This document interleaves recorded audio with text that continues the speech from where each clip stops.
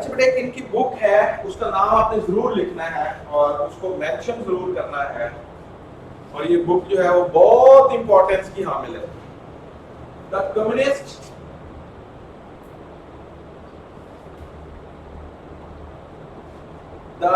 Communist manifesto,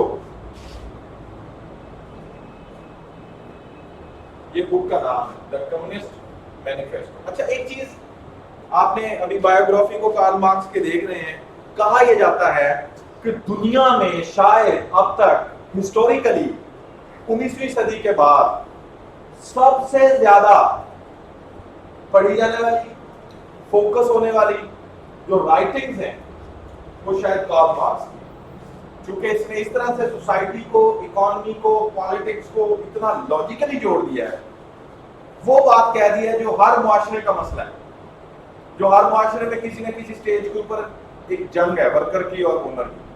ٹھیک ہے, اچھا تو یہ بک تھی بیٹا ان کی کمیونسٹ مینیفیسٹو. ایک ان کے دوست تھے فلاسفر فریڈرچ,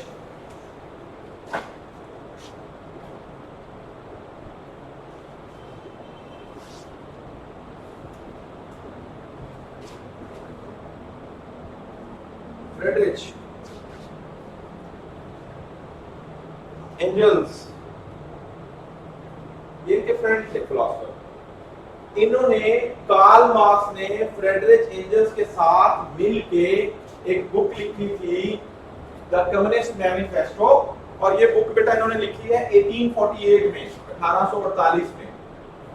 اس بک کے اندر انہوں نے مارکسزم کی ساری تھیوری جو ہے وہ پیش کی ہے, اور یہ بہت مشہور بک ہے.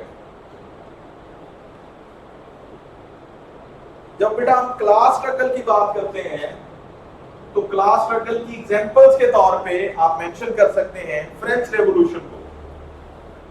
فرانس کے اندر آنے والا انقلاب جو تھا وہ پیورلی کارل مارکس کی مارکسزم تھیوری کو لے کر کے, جو ورکر کلاس تھی وہ کلاس اسٹرگل کی تھیوری کے تحت انہوں نے کوشش کی اور انقلاب آ گیا, فرینچ ریولوشن. کی ایک ٹیکنیکل فارم. اب مزے کی جو چیز ہے, کارل مارکس کی تھیوری سے پہلے آ گیا تھا فرینچ ریولوشن. ٹھیک ہے, کارل مارکس نے جو انالیسس کیے وہ انالیسس یہ تھے کہ اس کا مطلب یہ ہے کہ سوسائٹی کے اندر اتنے زیادہ ایکسپلائٹڈ لوگ ہیں اور ان کے ساتھ اتنی زیادتی ہو رہی ہے, اور اگر وہ ایفرٹ کرتے ہیں تو وہ انقلاب لا سکتے ہیں, یہ کیپیبلٹی ان میں ہے.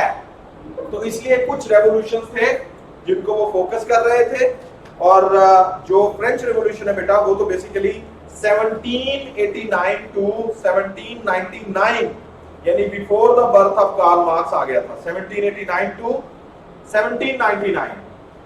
لیکن کس بنیاد پہ آیا تھا؟ کلاس اسٹرگل کی بنیاد. ٹھیک ہے جی.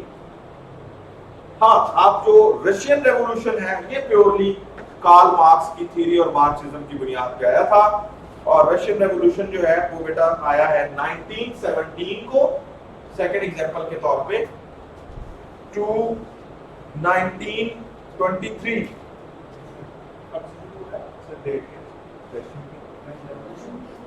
You done? 1917 to 1923 6 years تک رشین ریولوشن ہوا, اور یہ پیورلی مارکسزم اور کارل مارکس کے اسکول آف تھاٹ کی بنیاد پہ آپ کہہ سکتے ہیں کیا ہے. کارل مارکس کی بیٹا ایک کوٹیشن ہے, لکھیے گا. In every stage of history there is a war between classes. There is a war between classes. یہ جو دو کلاسز ہیں کارل مارکس کہتے ہیں کہ تاریخ کے ہر حصے میں ان کے درمیان ایک جنگ رہی ہے. Not only from 19th century, آپ نے فرینچ ریولوشن دیکھا 18th سینچری میں بھی جنگ ہو رہی تھی. آپ ہسٹوریکلی جتنا پیچھے چلے جائیں گے آپ کو یہ دو کلاسز کے درمیان اختلافات، جھگڑے، لڑائی، اسٹرگل، کوشش، کانفلکٹ نظر آئیں گے. دیٹس وائی کارل مارکس کہہ رہے ہیں کہ آپ پوری ہسٹری کو اٹھا کے دیکھ لیں، یہ دو ایسے کلاسز ہیں جن کے درمیان ایک اسٹرگل، ایک جنگ، ایک کانفلکٹ رہا ہے. ٹھیک ہو گیا جی؟ یہ انہوں نے کوٹیشن دی ہے اپنی. اب بیٹا چونکہ ہم کلاس اسٹرگل کی بات کر رہے ہیں تو کلاس کی ڈیفینیشن بھی آپ کو پتا ہونی چاہیے. کلاس ہم کسے کہیں گے؟ تو کلاس کی بیٹا ڈیفینیشن ہے a group of people sharing the same position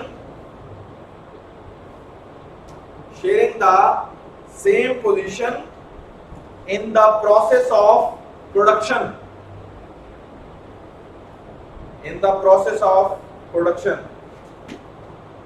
آپ نے سنا ہوگا دو بڑے گروپس کے بارے میں، ایک ہے ہیوز اور ایک ہے ہیو ناٹ. یہ وہ لوگ ہیں جن کے پاس سرمایہ ہے، ہیوز ہیں، اونرز ہیں، کیپٹلسٹ ہیں، اور یہ وہ لوگ ہیں، یہ دوسری کلاس ہے جو ہیوز ناٹ ہے. They have no capital. ٹھیک ہے؟ تو جو ہیوز ناٹ ہوں گے تو الٹیمیٹ وہ ورکر کلاس ہوگی. ہیوز اور ہیو ناٹ.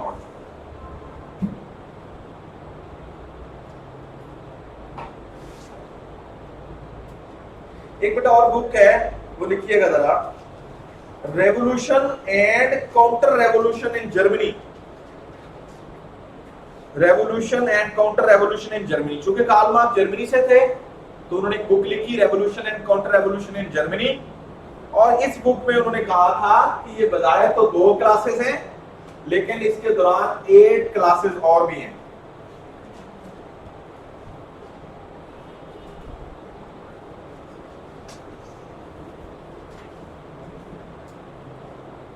اچھا بیٹا دو ٹرمز ہیں جو آپ نے لکھ لینے ہیں، ان کے اسپیل بھی یاد کرنے ہیں، ان کو مینشن بھی کرنا ہے، جو ٹیکنیکلی کارل مارکس نے استعمال کی. عام سمجھنے کے لیے تو اونر ورکر ہے، لیکن وہ جو کلاسز کے آفیشیل نیم تھے تو وہ ایک ہے بورجیس، BOURGESI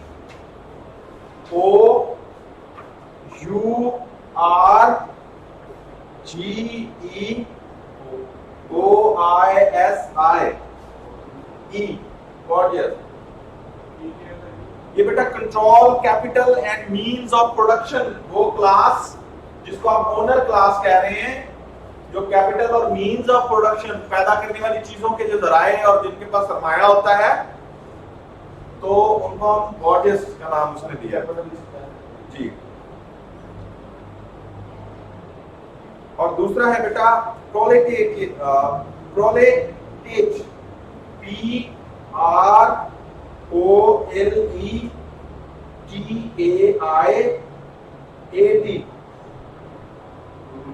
پرولیٹیج. یہ بیٹا جو provides labour wages, provide labour on wages and salary، provides labor on wages and salary یعنی workers. ٹھیک ہے؟ کیونکہ ٹیکنیکلی ان کے نام ہے بیٹا.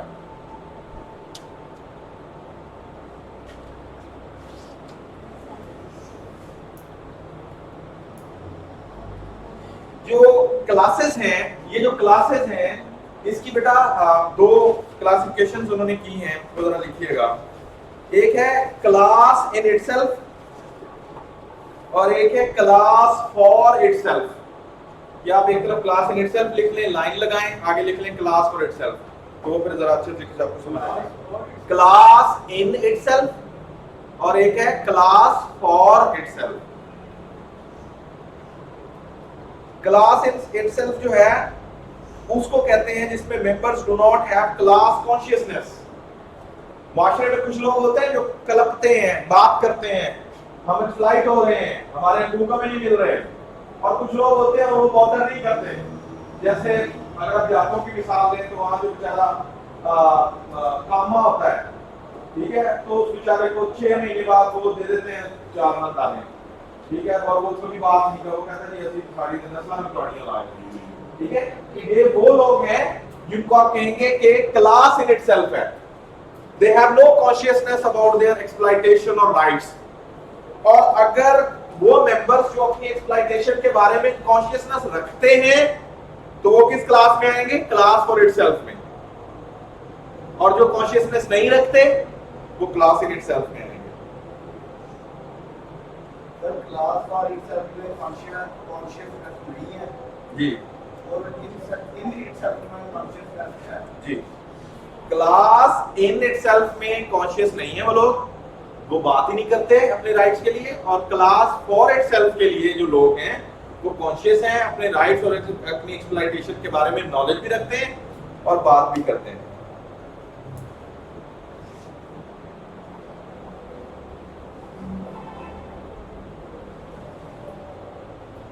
تین سٹیجز ہیں, بس یہ چیز لکھ لیں, پھر بریک لیتے ہیں 5-7 منٹ کی اور پھر انشاءاللہ نیکسٹ مارکسزم کی طرف جائیں گے. 3 سٹیجز بیٹا, ویسے تو 4 ہو گئی تھی لیکن چلیں کلاس اسٹرگل کے لیے 3 سٹیجز اسپیشلی کارل مارکس نے مینشن کی ہیں ہسٹوریکلی. اور پہلی ہے اینشینٹ سوسائٹی, پرانی سوسائٹی جو تھی اینشینٹ سوسائٹی.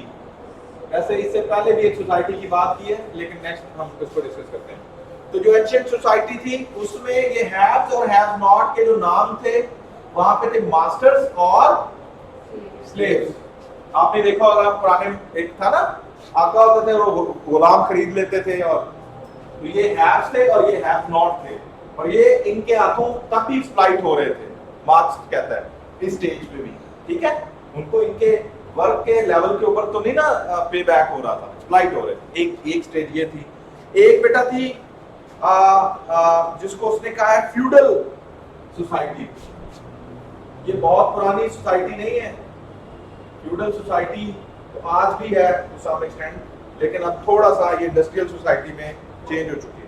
تو یہاں پہ ہیں لارڈز اور ورکرز فیوڈل سوسائٹی میں.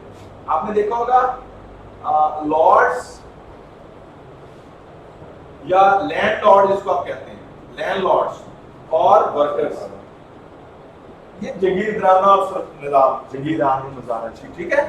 ایک یہ انشنٹ کے بعد اب غلام اس طرح سے غلام تو نہیں رہے مالک, لیکن یہاں پہ وہ غلاموں والا حساب ہوتا ہے. لیکن ہسٹوریکلی ایک چینج آیا, اور وہ چینج کیوں آتا ہے اس کے پیچھے سپر نیچرل فیکٹرز ہوتے ہیں جن کو ہم انشاءاللہ مارکسزم میں ڈیٹیل ڈسکس کرنے جا رہے ہیں. یہ بلا وجہ نہیں ہو جاتا. یہ سوسائٹیز جو بدلتی ہیں, کہ جو نام بدلتے ہیں, ایکسپلائٹ تو ویسے ہی ہو رہے ہیں, یہ جو انداز بدلتے ہیں تو اس کے پیچھے پورا کا پورا ایک میکینزم ہوتا ہے جس کو کارل مارکس نے مارکسزم میں ایکسپلین کیا ہے. اس کے اوپر ہم بات کریں گے انشاءاللہ. اور تھرڈ ہے بیٹا کیپٹلسٹ سوسائٹی یا انڈسٹریلسٹ سوسائٹی, جو آج کا دور ہے, کہہ سکتے ہیں آپ کیپٹلسٹ یا انڈسٹریلسٹ سوسائٹی. تو اس میں وہی بات اونر اور ورکر. اب تو اونر اور ورکر کا سٹائل چل گیا نا جی کیپٹلسٹ سوسائٹی میں, جہاں پہ یہ تھا بیسیکلی فیوڈل جو تھا یہ ایگری بیسڈ تھا, ایگری بیسڈ, اور یہ جو ہے یہ انڈسٹری بیسڈ ہے, یہ والا سٹائل. تو یہاں پہ ایک اونر ہے اور ایک ورکر ہے, ٹھیک ہے. یہاں بھی آپ دیکھ رہے ہیں دور بدلا, نام بدلے, حالات نہیں بدلے, ایکسپلائٹیشن کا کانسیپٹ نہیں بدلا. مارکس سمجھ گئے؟ تو مارکس کیا چاہتے ہیں, کارل مارکس کیا چاہتے ہیں؟ کارل مارکس چاہتے ہیں کہ بھائی میں یہ جو ڈرامہ ہو رہا ہے نا کہ آپ نام بدلتے ہیں اور پھر ایکسپلائٹ اور پھر اور ایسا ڈرامہ کرنے میں کارل مارکس سے اسٹیٹ اپنا اسٹیٹ بھی ان کے ساتھ ملی ہوتی ہے. اسٹیٹ کا سٹرکچر بھی انہوں نے بنایا ہوتا ہے. وہ سیز کہ آپ کا مذہب کو استعمال ہوتا ہے, وہ سیز کہ آپ کا جو ہے social cultural every type of, for example کہ جب یہ کوئی بات کرتے ہیں ریولیوشن کو پروٹیسٹ بات کرتے ہیں تو اسٹیٹ ایک دم سے ایکٹیو ہو جاتے ہیں, خبردار, لا اینڈ آرڈر. اور وہ اسٹیٹ کو کون چلا رہے ہوتے ہیں؟ بیسیکلی وہ کیپٹلسٹ ہی تو ہوتے ہیں, انڈسٹریلسٹ ہی تو ہوتے ہیں, ٹھیک ہے. تو لا اینڈ آرڈر کی بات اسٹیٹ کہہ کے ان کو دباتی ہے. پھر وہ کہتا ہے کہ جب مذہب والے آتے ہیں تو مذہب میں جو اچھے اسٹائل کے مذہب کے لوگ وہ کہتے ہیں صبر کرو, دعا کرو. تو ان کو صبر کہہ کے انہوں نے صبر کرو, دعا کر لو, دیکھ ماننے میں انہوں نے پھر کر جاؤ بس اللہ انشاءاللہ جسٹس کرے. That is. پھر انہوں نے کہتے ہیں سوشلی اینڈ کلچرلی